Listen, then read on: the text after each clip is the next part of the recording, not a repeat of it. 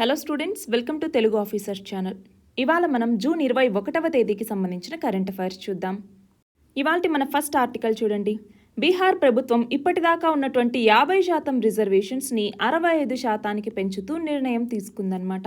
అంటే ఇందులో ఓబీసీలు, ఎస్సీలు, ఎస్టీలు వీళ్ళకి రిజర్వేషన్స్ని పెంచాలి అన్నట్టుగా అనుకుంది. మరి ఈ నేపథ్యంలో ఆ రాష్ట్రానికి చెందినటువంటి హైకోర్టు అంటే పాట్నా హైకోర్టు అన్నటువంటిది ఏం చేసింది, ఇది చెల్లదు అన్నట్టుగా కొట్టివేసింది. అంతేకాదు దీనికి సంబంధించి ఇందిరా సాహ్ని కేసు ఇందులో ఏం చెప్పటం జరిగింది, ఈ రిజర్వేషన్ లిమిట్ ఏదైతే ఉందో పాపులేషన్లో 50% మించకూడదు అన్నట్టుగా ఒక లిమిట్ ఉంది. మరి ఆ లిమిట్ని ఎక్సీడ్ అవ్వకూడదు అన్నట్టుగా ఈ 65% రిజర్వేషన్స్ని కొట్టేయటం జరిగింది.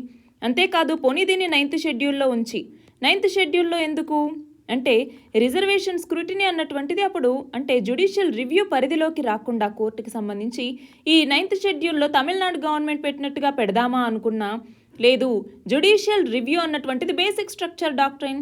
మరి జ్యుడిషియల్ రివ్యూ కిందకి రానటువంటి 9th షెడ్యూల్లో పెట్టినా ఇది వర్తించదు అన్నట్టుగా సుప్రీంకోర్టు ఆల్రెడీ మహారాష్ట్రకి సంబంధించినటువంటి రిజర్వేషన్ కేసులో చెప్పింది.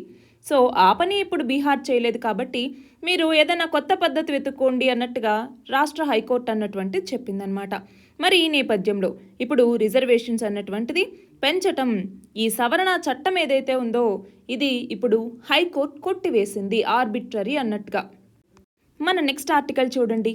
రీసెంట్గా నీట్ యూజీ పరీక్ష ఏదైతే జరిగిందో ఈ నీట్ యూజీ పరీక్ష అన్నటువంటిది లీకేజీలకు గురైంది అన్నట్టుగా ఆల్రెడీ కేసులు అన్నటువంటివి రావటం, దీనికి సంబంధించి గ్రేస్ మార్క్స్ ఏవైతే ఇచ్చారో ఆ గ్రేస్ మార్క్స్ అన్నటువంటివి మళ్ళీ కొట్టేయటం, వాళ్ళకి మళ్ళీ పరీక్ష నిర్వహించాలి అనటం, వీటన్నింటి నేపథ్యంలో ఏమని తెలిసింది, పరీక్షకి ముందు రోజు ముందే ఈ నీట్ పేపర్ లీకేజ్ అన్నటువంటిది అయింది అన్నట్టుగా విద్యార్థులు అంగీకరించడం జరిగింది. మరి ఆ నేపథ్యంలో ఇప్పుడు బీహార్ ఆర్థిక నేరాల దర్యాప్తు విభాగం అన్నటువంటిది ఈ లీకేజ్ మీద విచారణ జరుపుతోంది. మరి హైకోర్టులో విచారణ మీద ఇప్పుడు సుప్రీంకోర్టు అన్నటువంటిది స్టే కూడా ఇచ్చింది. అన్ని పిటిషన్లని ఈ సుప్రీంకోర్టుకు బదిలీ చేయాలి అన్నట్టుగా నేషనల్ టెస్టింగ్ ఏజెన్సీ అన్నటువంటిది కోరింది. దాంతో సుప్రీంకోర్టు ఈ ఉత్తర్వులు ఇచ్చిందనమాట. నెక్స్ట్ చూడండి, లోక్సభకి ప్రొటెం స్పీకర్గా భర్తృహరి మహతాబ్ ఈయన వ్యవహరించబోతూ ఉన్నారు. రాష్ట్రపతి ఇలా లోక్సభకి ప్రొటెం స్పీకర్గా ఒక పర్సన్ని నియమించింది. మరి ఇక్కడ గమనిస్తే సీనియర్ ఎంపీ ఎవరైతే ఉంటారో ప్రస్తుత లోక్సభలో అలాంటి వ్యక్తిని స్పీకర్ ఎన్నిక అనేది పూర్తయ్యే వరకు తాత్కాలికంగా స్పీకర్గా ఉండండి అన్నట్టుగా చెప్తారు. ఆ పోస్ట్నే ప్రొటెం స్పీకర్ అనేసి పిలుస్తాం. అలా ప్రొటెం స్పీకర్గా ఈయన కార్యకలాపాలు నిర్వహించబోతున్నారు. నెక్స్ట్ చూడండి, ప్రపంచంలోని అత్యంత ఎత్తైనటువంటి చీనాబ్ రైల్వే వంతెన అన్నటువంటిది ప్రపంచంలోనే అత్యంత ఎత్తైనటువంటిది. ఇది ఫ్రాన్స్లో ఉన్నటువంటి ఈఫిల్ టవర్ కన్నా కూడా ఎత్తైనటువంటిది. 359 మీటర్ల ఎత్తుందన్నమాట. ఇది భూమి నుంచి 359 మీటర్ల ఎత్తుంది. మరి దీని మీద తొలిసారిగా రీసెంట్గా ఒక ట్రయల్ రన్ని నిర్వహించారు. మళ్ళీ ఇప్పుడు తొలిసారిగా ఒక పూర్తి స్థాయి రైలు అన్నటువంటిది ఈ బ్రిడ్జ్ ద్వారా వెళ్ళిందనమాట. మనం చూస్తే 40 కిలోమీటర్ల వేగంతో ఈ రైలు అన్నటువంటిది ఈ బ్రిడ్జ్ మీద వెళ్ళింది. మరి ఎక్కడి నుంచి ఎక్కడి వరకు వెళ్ళింది, ఏ రాష్ట్రంలో ఉంది ఈ చీనాబ్ వంతెన, జమ్మూ కాశ్మీర్లో ఉంది. అందులో ఉన్నటువంటి రియాసీ లేదా రైసీ అంటాము. ఈ రియాసీ అన్నటువంటిది వార్తల్లో ఉంది. ఎందుకని, లిథియం రిజర్వ్స్ ఇక్కడ కనుగొన్నారు. రైసీ డిస్ట్రిక్ట్ అనేసి చదువుకుంటాం, లేదా రియాసీ డిస్ట్రిక్ట్ అనేసి అనుకున్నాం. అవునా, ఈ రియాసీ నుంచి బారాముల్లా వరకు ఈ రైలు అన్నటువంటిది వెళ్తుంది. నెక్స్ట్ చూడండి, రష్యా ఉక్రెయిన్ యుద్ధానికి సంబంధించి డ్రోన్లు, మిసైల్స్ వీటితో ఒక దేశానికి ఇంకొక దేశం పరస్పరంగా దాడులు చేసుకోవటం జరిగింది. అంటే ఏమవుతుంది, ఉక్రెయిన్ పవర్ గ్రిడ్ని లక్ష్యంగా చేసుకుని రష్యా దాడులు చేసింది. రష్యాలోని చమురు కేంద్రాల్ని కేంద్రంగా చేసుకునేసి ఇటు ఉక్రెయిన్ అన్నటువంటి దాడి చేసింది. సో ఇలాగా ఒకదానికొకటి దాడులు చేసుకుంటూ ఉన్నాయన్నమాట. అంతేకాదు ఉక్రెయిన్కి ఇప్పుడు రుమేనియా దేశం అన్నటువంటిది ప్యాట్రియాట్ వ్యవస్థను అందిస్తామన్నట్టుగా చెప్పింది. ప్యాట్రియాట్ అన్నటువంటిది ఒక మిసైల్ సిస్టమ్ అనమాట. మరి ఇందులోకి వచ్చేసరికి గగనతల రక్షణ వ్యవస్థ అన్నటువంటిది మరింత పటిష్టం చేసుకోవటానికి ఇది ఉపయోగపడుతుంది. నెక్స్ట్ చూడండి, రష్యా అధ్యక్షుడైనటువంటి వ్లాదిమిర్ పుతిన్ అలాగే వియత్నాంకి సంబంధించినటువంటి అధ్యక్షుడైనటువంటి తోలాన్తో వీళ్ళిద్దరి మధ్య కొన్ని కీలక ఒప్పందాలు అనేవి కుదిరాయి. అందులో విద్యకి సంబంధించి, శాస్త్ర సాంకేతిక రంగాలకు సంబంధించి, చమురు, గ్యాస్కి సంబంధించి, ఆరోగ్య రంగానికి సంబంధించి ఇలా వివిధ విషయాల మధ్య ఒప్పందాలు అనేటటువంటివి జరిగాయి. మనం చూస్తే వియత్నాంలో అణు విజ్ఞానం, సాంకేతికత వీటికి సంబంధించిన కేంద్రం ఏర్పాటు చేయాలన్నట్టుగా 2 దేశాలు కూడా నిశ్చయించుకున్నాయన్నమాట. అంతేకాదు ఉక్రెయిన్ దాడి నేపథ్యంలో ఏషియా దేశాలతో తన బంధాన్ని బలోపేతం చేసుకోవాలి అన్నట్టుగా రష్యా వెళ్తోంది. అంతేకాకుండా ఇండో పసిఫిక్ ప్రాంతంలో సైన్యాన్ని వినియోగించుకోకుండా శాంతియుతంగా వివాదాల్ని పరిష్కరించుకోవాలన్నట్టుగా కూడా 2 దేశాలు ఇక్కడ అనుకున్నాయన్నమాట. నెక్స్ట్ చూడండి, యుఏఈలో ఒక ఏన్షియంట్ పర్ల్ సిటీని కనుక్కోవటం జరిగింది. ఆ సిటీ పేరే తువామ్ అన్నటువంటిది. సో మనల్ని అడగచ్చు, తువామ్ అన్నటువంటి ఒక ఏన్షియంట్ సిటీ రీసెంట్గా ఏ దేశంలో కనుగొనబడింది అంటే యుఏఈ, యునైటెడ్ అరబ్ ఎమిరేట్స్. దీని యొక్క రాజధాని ఏంటి? అబుదాబి. నెక్స్ట్ చూడండి, వధావన్ పోర్ట్ అన్నటువంటిది ఇంపార్టెంట్. వధావన్ పోర్ట్, ఈ వధావన్ పోర్ట్ అన్నటువంటిది ఎక్కడ ఉంది అనేసి చూస్తే మహారాష్ట్రలో ఉందన్నమాట. ఈ మహారాష్ట్రలో ఉన్నటువంటి ఈ వధావన్ పోర్ట్ని డెవలప్ చేయాలి అన్నట్టుగా కేంద్ర ప్రభుత్వం 76,200 కోట్ల రూపాయలని అప్రూవ్ చేయటం జరిగింది.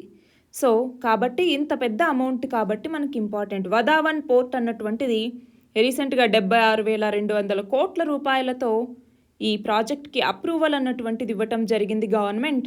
మరి ఇది ఏ రాష్ట్రంలో ఉంది అంటే మహారాష్ట్రలో ఉంది.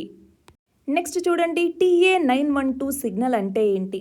రీసెంట్గా బెంగాల్లో ట్రైన్ యాక్సిడెంట్ జరిగింది కదా, మరి ఆ నేపథ్యంలో ఈస్టర్న్ రైల్వే అన్నటువంటిది, ఈస్టర్న్ రైల్వే లోకో పైలట్స్కి ఈ యొక్క T912 సిగ్నల్ని ఇష్యూ చేయటం అన్నటువంటిది బ్యాన్ చేసింది.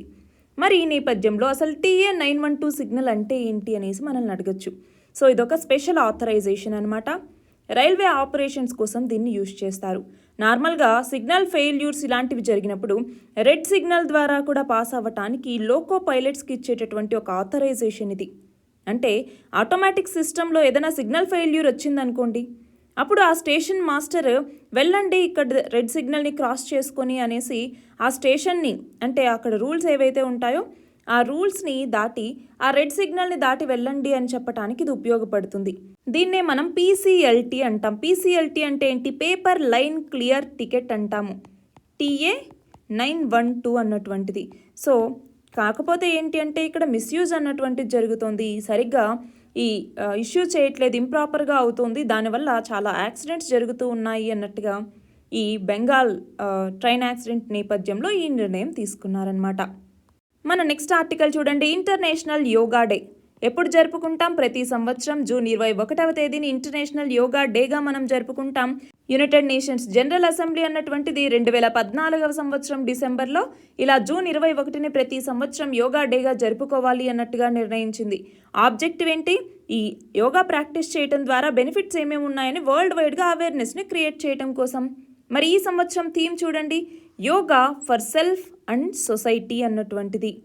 మరి సాంస్క్రిట్ వర్డ్ యోగా అన్నటువంటిది, యోగా అంటే యునైట్, టు జాయిన్ అనేసి అర్థం అన్నమాట. ఫాదర్ ఆఫ్ యోగా అనేసి ఎవరిని పిలుస్తారు? ఫాదర్ ఆఫ్ యోగా అని ఎవరిని పిలుస్తారు? దీని ఆన్సర్ మీరు కామెంట్ సెక్షన్లో పెట్టండి. మరి 2016వ సంవత్సరంలో యోగా అన్నటువంటిది యునెస్కో యొక్క ఇంటాంజిబుల్ కల్చరల్ హెరిటేజ్ ఆఫ్ హ్యుమానిటీలో చోటు పొందింది. సో ఆ నేపథ్యంలో కూడా మనకి జూన్ 21 అన్నటువంటిది ఇంపార్టెంట్. అంతేకాదు సమ్మర్ సాల్స్టైస్ అన్నటువంటిది, అంటే పగటిపూట ఎక్కువగా ఉండేటటువంటి కాలం ఈ రోజే కాబట్టి సాల్స్టైస్, అవునా? జూన్ 21. సో ఆ నేపథ్యంలో కూడా మనము జూన్ 21వ తేదీని దీనికోసం ఎంచుకున్నాము. నెక్స్ట్ చూడండి, మన భారతదేశంలో అటవీ పరిశోధనా కేంద్రాలు ఎక్కడెక్కడ ఉన్నాయి అన్నటువంటిది మనకు తెలియాలి. ఎగ్జామ్లో అడగచ్చు అనమాట. సో ఫారెస్ట్ రీసెర్చ్ ఇన్స్టిట్యూట్ అన్నటువంటిది డెహ్రాడూన్లో ఉంది. Institute of arid zone forest research అన్నటువంటిది జోధ్పూర్లో ఉంది. ఇందిరాగాంధీ నేషనల్ ఫారెస్ట్ అకాడమీ డెహ్రాడూన్లో ఉంది. Centre for social forest and environment అన్నటువంటిది అలహాబాద్లో ఉంది. రెయిన్ ఫారెస్ట్ రీసెర్చ్ ఇన్స్టిట్యూట్ అస్సాంలో ఉన్నటువంటి జోర్హాట్లో ఉంది. ఇన్స్టిట్యూట్ ఆఫ్ ఫారెస్ట్ బయోడైవర్సిటీ అన్నటువంటిది హైదరాబాద్లో ఉంది. Centre for forest based livelihoods and extension అన్నటువంటిది త్రిపురలోని అగర్తలలో ఉంది. టెంపరేట్ ఫారెస్ట్ రీసెర్చ్ ఇన్స్టిట్యూట్ ఏమో సిమ్లాలో ఉంది. ట్రాపికల్ ఫారెస్ట్ రీసెర్చ్ ఇన్స్టిట్యూట్ జబల్పూర్లో ఉంది. ఇండియన్ ఇన్స్టిట్యూట్ ఆఫ్ ఫారెస్ట్ అన్నటువంటిదేమో భోపాల్లో ఉంది. నెక్స్ట్ చూడండి, ఉగ్రవాదాన్ని ఎగదోస్తోంది అన్నట్టుగా ఇరాన్లో ఉన్నటువంటి ఇస్లామిక్ రెవల్యూషనరీ గార్డ్ కోర్ లేదా ఐఆర్జీసీ అంటాం. ఈ ఐఆర్జీసీని కెనడా తమ ఉగ్రవాద సంస్థల జాబితాలో చేర్చింది. దీన్నేమో ఇరాన్ ఖండించింది. అంతేకాదు, ఈ కెనడా తీసుకున్నటువంటి ఈ నిర్ణయం ఐఆర్జీసీ యొక్క చట్ట నిబద్ధత సామర్థ్యం మీద ఎలాంటి ప్రభావం చూపించదు అన్నట్టుగా ఇరాన్ పేర్కొంది కూడా. అంతేకాదు, కెనడా నిర్ణయం అన్నటువంటిది సరైంది కాదు, ఇది రాజకీయ ప్రేరేపిత చర్య అన్నట్టుగా కూడా చెప్పిందనమాట. ఇవి ఇవాల్టి ఇంపార్టెంట్ ఆర్టికల్స్. పీడిఎఫ్ లింక్ డిస్క్రిప్షన్లో ఉంది, మీరు అందులో చూడొచ్చు. All the very best and thank you very much.